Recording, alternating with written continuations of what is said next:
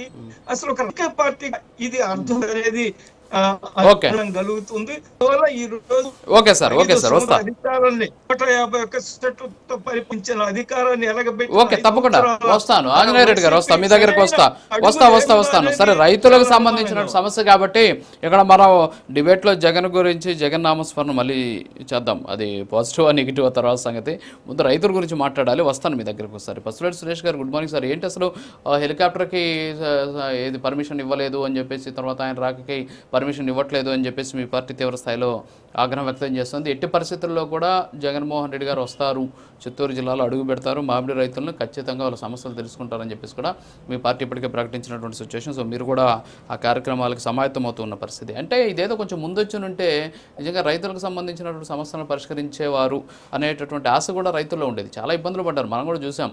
ఆ ఫల్ ఫ్యాక్టరీల దగ్గర ఎంత ఇబ్బందులు పడ్డారు, కనీసం ట్రాక్టర్లు పెట్టుకొని అన్నం కూడా తినలేనటువంటి పరిస్థితి. పాపం చాలామంది అవస్థలు పడినటువంటి సిచ్యువేషన్ కూడా చూసాం. మరి ఎందుకని లేట్ అయ్యింది? నిజంగా ఇక్కడ ఉన్నటువంటి నాయకులు సమాచారం ఇవ్వడం లోపమా, లేకపోతే జగన్మోహన్ రెడ్డి గారు కి టైం కుదరక రాలేదా? ఏంటి అసలు ఇప్పుడు సీజన్ అయిపోయిన తర్వాత రావడానికి ఏంటి అసలు కారణం? రాజు గారు నమస్కారం. మీకు మరియు డిబేట్ లో పాల్గొంటున్నటువంటి ఆంజనేయులు గారికి, మా అన్నగారు మధు గారికి నా నమస్కారాలు. ఇప్పుడు మీరు ఇందాక ఆంజనేయులు గారు మాట్లాడుతూ చాలా అనుభవంతో ప్రతిపక్షం పైన విమర్శలు మాత్రమే చేసి వారి ప్రసంగాన్ని ముగించారు. నేనేమంటున్నానంటే కనీసం వారు మాట్లాడినంత సేపులో కూడా ఎక్కడ కూడా ప్రభుత్వం ఏ రకంగా రైతులను ఆదుకుంటాంది, ప్రభుత్వం ఏం చర్యలు తీసుకుందో ఒక్క అంశం చెప్పాల. ఒకటైతే ఒప్పుకున్నారు, రైతులైతే రాష్ట్రంలో చాలా ఇబ్బంది పడుతున్నారు అన్న అంశాన్ని వారు చెప్పారు. వారికి నా ధన్యవాదాలు. ఇప్పుడు మామూలుగానే సర్వసాధారణంగా జూలై మొత్తం వరకు కూడా మామిడి సీజన్ ఉంటుంది. దాదాపు ఏప్రిల్ లో మొదలైతే జూలై లాస్ట్ వరకు కూడా పీక్ స్టేజ్ అనేది మ్యాంగో మామిడి కాప్ అనేది మనం జూలై వరకు తీస్తాం. ఇక్కడ మీరు గమనించాల్సింది ఏంటంటే గత జూన్ ప్రారంభంలో ప్రభుత్వము ఒక ప్రకటన చేసింది. ప్రస్తుతం ఉన్నటువంటి మామిడి సంక్షోభంలో ₹4 అదనంగా ప్రభుత్వం చెల్లించే విధంగా, ₹8 పల్ప్ ఫ్యాక్టరీలు కొనేటువంటి విధంగా కలెక్టర్లకు ఆదేశాలు జారీ చేశాము అని చెప్పి జూన్ మొదటి వారంలో ఒక ప్రకటన చేసింది ప్రభుత్వం, కూటమి ప్రభుత్వం. దానికి రైతులందరూ కూడా ఈ వర్కౌట్ అవుతుందేమో, ఫ్యాక్టరీలు దానికి ప్రభుత్వ ప్రకటనకు అనుగుణంగా పల్పుని, అది మ్యాంగోస్ ని కొనుగోలు చేస్తున్నారేమో అని చెప్పేసి కూడా అందరూ భావించాం. తీరా రైతుల దగ్గర నుంచి వచ్చినటువంటి స్పందన చూస్తే కనీసం ప్రభుత్వం ₹4 చెల్లిస్తామన్న దానికోసం ఇచ్చేటువంటి బాండ్ల రూపంలో ఇస్తున్నారు, వీళ్ళు అమౌంట్ కూడా చెల్లించడం లేదు. మరోవైపు ఫ్యాక్టరీలు కూడా ప్రభుత్వం ఆదేశించిన నిర్దేశించినటువంటి ధరలకి అంగీకరించకుండా వాళ్ళ ఇష్టారీతిన ₹2 ఇస్తాం, ₹3 ఇస్తామని చెప్పి కొంటున్నామని చెప్పేసి వాస్తవాల తర్వాత వెలుగులోకి రావడం జరిగింది. ఇది ఇక్కడ కన్ఫ్యూజన్ కి కారణమైనటువంటి అంశం. ప్రభుత్వం స్పష్టంగా ఏం చెప్పింది, ₹4 చెల్లిస్తున్నాం, ₹8 ఫ్యాక్టరీలు చెల్లించాల్సిందే అని చెప్పి కలెక్టర్ల ద్వారా దీన్ని పర్యవేక్షిస్తున్నాం. కానీ క్షేత్రస్థాయిలో అది అమలు కాకపోవడం అనేది ఇప్పుడు గందరగోళమైనటువంటి వాతావరణం. ప్రభుత్వం పట్టించుకోపోగా ఈ ఫ్యాక్టరీలు ₹2 చెల్లిస్తామనడం అనేది తీవ్ర అయోమయ వాతావరణంలోకి రైతులు వెళ్ళిపోవడం జరిగింది. ఇక్కడ టన్నుల కొద్దీ ఈ మామిడిని ఫ్యాక్టరీలకు తీసుకొని వచ్చి రోజుల కొద్దీ అక్కడ నిరీక్షించి వాళ్ళకి సరైన సమాచారం ఇవ్వకపోవడము, ప్రభుత్వ యంత్రాంగం కానీ ఫ్యాక్టరీ యాజమాన్యం కానీ ఎవరు కూడా సరైనటువంటి రీతిలో రైతులకు స్పందించకపోవడం పెద్ద సమస్యగా తయారైంది. ఈ యొక్క మొత్తం అయోమయ గందరగోళ వాతావరణమే ఇప్పటి వరకు కూడా రైతులకు ఒక ఇది నిలకడ లేనటువంటి పరిస్థితి, వాళ్ళ దగ్గరికి ఆందోళనకరమైనటువంటి వాతావరణంగా తయారవడానికి కారణం. మేమేం చెప్తున్నాం, మొదటి నుంచి మా వాదన ఒకటే, ప్రభుత్వం ఇచ్చే రేటైనా కరెక్ట్ గా ఎందుకు ఇవ్వలేకపోతున్నారు. మరోవైపు పక్క రాష్ట్రంలో కర్ణాటకలో మనం చూసాం, ఈరోజు 2.5 లక్షల టన్నుల మామిడిని వాళ్ళు ₹16 నుంచి ₹18 కొనుగోలు చేసేటువంటి పరిస్థితి ఉంది.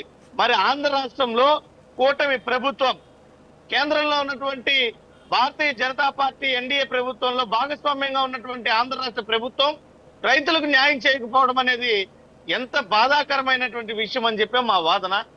మొదటి నుంచి కూడా ఈరోజు కూటమి ప్రభుత్వం ఏర్పడినప్పటి నుంచి రాష్ట్రంలో పత్తి రైతులు కానీ, వరి ధాన్యాన్ని పండించేటువంటి రైతులు కానీ, అరటి రైతులు, మిర్చి రైతులు, పొగాకు రైతులు, నిమ్మ రైతులు ప్రతి ఒక్క రైతు కూడా ఈరోజు రోడ్డు మీదకి వచ్చారంటే రైతుల దయనీయ పరిస్థితి ఏ రకంగా ఉందో ఆంధ్ర రాష్ట్రంలో మనం అర్థం చేసుకోవాలి. మరి ఇంతకుముందు కృష్ణాంజనేయులు గారు అంటున్నారు జగన్మోహన్ రెడ్డి గారు ఏం చేస్తున్నారు అర్థం కావడం లేదు, అసలు ఏ రకంగా ఆ పార్టీ మనుగడ సాగిస్తుందో అర్థం కావడం లేదు, ఈ రకంగా మరి వ్యాఖ్యలు చేశారు. ఆంజనేయులు గారికి కనపడడం లేదా అని మేము అడుగుతున్నాం. మొదటి నుంచి రైతుల కోసం పోరాటం చేస్తూనే ఉన్నాం. ఈ ఏడాదిగా మొదటి నుంచి మేము ప్రశ్నిస్తున్నాం. రైతు భరోసా అన్నారు, అది ఎందుకు ఇవ్వట్లేదు? ఈ రకంగా మిర్చి రైతులకు ఎందుకు గిట్టుబాటు ధర లేదు? పొగాకు రైతులకు ఎందుకు గిట్టుబాటు ధర లేదు? వరి ధాన్యాన్ని కొనుగోలు చేసి ఎందుకు వారికి ఇంకా మీరు బకాయిలు పడ్డారు? ఎందుకు మీరు వాళ్ళకి నిధులు చెల్లించడం లేదని మేము ప్రశ్నిస్తున్నాం. రైతు భరోసా కేంద్రాలు పెట్టాం, రైతు భరోసా కేంద్రాల ద్వారా సహాయ సహకారాలు ఎందుకు మీరు ఆపేశారు ప్రభుత్వాన్ని ప్రశ్నించాం. మరి జగన్మోహన్ రెడ్డి గారి హయాంలో 3,000 కోట్ల రూపాయలతో ధరల స్థిరీకరణ నిధిని ఏర్పాటు చేస్తే ఇప్పుడు ఆ బడ్జెట్ లో కనీసం రైతుల కోసం గిట్టుబాటు ధరల కోసం ప్రత్యేక కేటాయింపులే లేవు. ఈ రకంగా ఈ ప్రభుత్వం ఎందుకు ముందుకు పోతుందని చెప్పి మొదటి నుంచి మేము మా వాదన వినిపిస్తూనే ఉన్నాం. అయినా ఈ మొండి ప్రభుత్వం చెవులకు వినపడడం లేదు మా యొక్క వాదన. రైతుల కోసం ఏ రకమైనటువంటి పోరాటాలు చేస్తుందో ఈ ఏడాదిగా మీరు చూస్తున్నారు. ప్రతి ఒక్క రైతుని జగన్మోహన్ రెడ్డి గారు కలుస్తున్నారు. ఈ మధ్యలో ఎన్నికలు లేవే, ఇంకా 4 ఏళ్ళు 5 ఏళ్ళు పడుతుంది ఎన్నికలు రావడానికి. కానీ ఎన్నికల కోసం కాదు, రైతుకు న్యాయం జరగడం కోసం, రైతు బాధ ఆవేదనని తగ్గించడం కోసం జగన్మోహన్ రెడ్డి గారు వెళ్తున్నారు.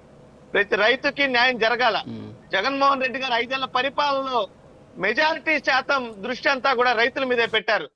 జగన్మోహన్ రెడ్డి గారు గతంలో చెప్తున్నారు హెలికాప్టర్ దిగడానికి కూడా అనుమతి లేదంటున్నారు. మరి ఏంటి, వెళ్తున్నారా? నిజంగా వెళ్తున్నారా? వెళ్ళేటటువంటి ఏర్పాట్లు చేస్తున్నారా? నాకు తెలిసి రైతులైతే మాక్సిమం తగ్గిపోయినటువంటి పరిస్థితి. సో రైతులను కూడా ఏదో బయట నుంచి బాగా సమీకరిస్తున్నారని చెప్పేసి కూడా తెలుగుదేశం ప్రచారం చేస్తారు. సార్, శుక్రవారం రోజు మేము ఒక 4-5 ప్రాంతాలను హెలిప్యాడ్ కోసం అనుకూలంగా ఉన్న ప్రాంతాలను పరిశీలించాం. వాటిల్లో మేము కొన్ని ఫైనలైజ్ చేసి కలెక్టర్ గారికి అభ్యర్థన పెట్టడం జరిగింది. ఆల్రెడీ మా పార్టీ తరఫున కలెక్టర్ గారిని అభ్యర్థించాం. అదే విధంగా పోలీసు శాఖను కూడా అభ్యర్థించాం. ఇప్పటి వరకు కూడా వారి దగ్గర నుంచి స్పష్టత లేదు.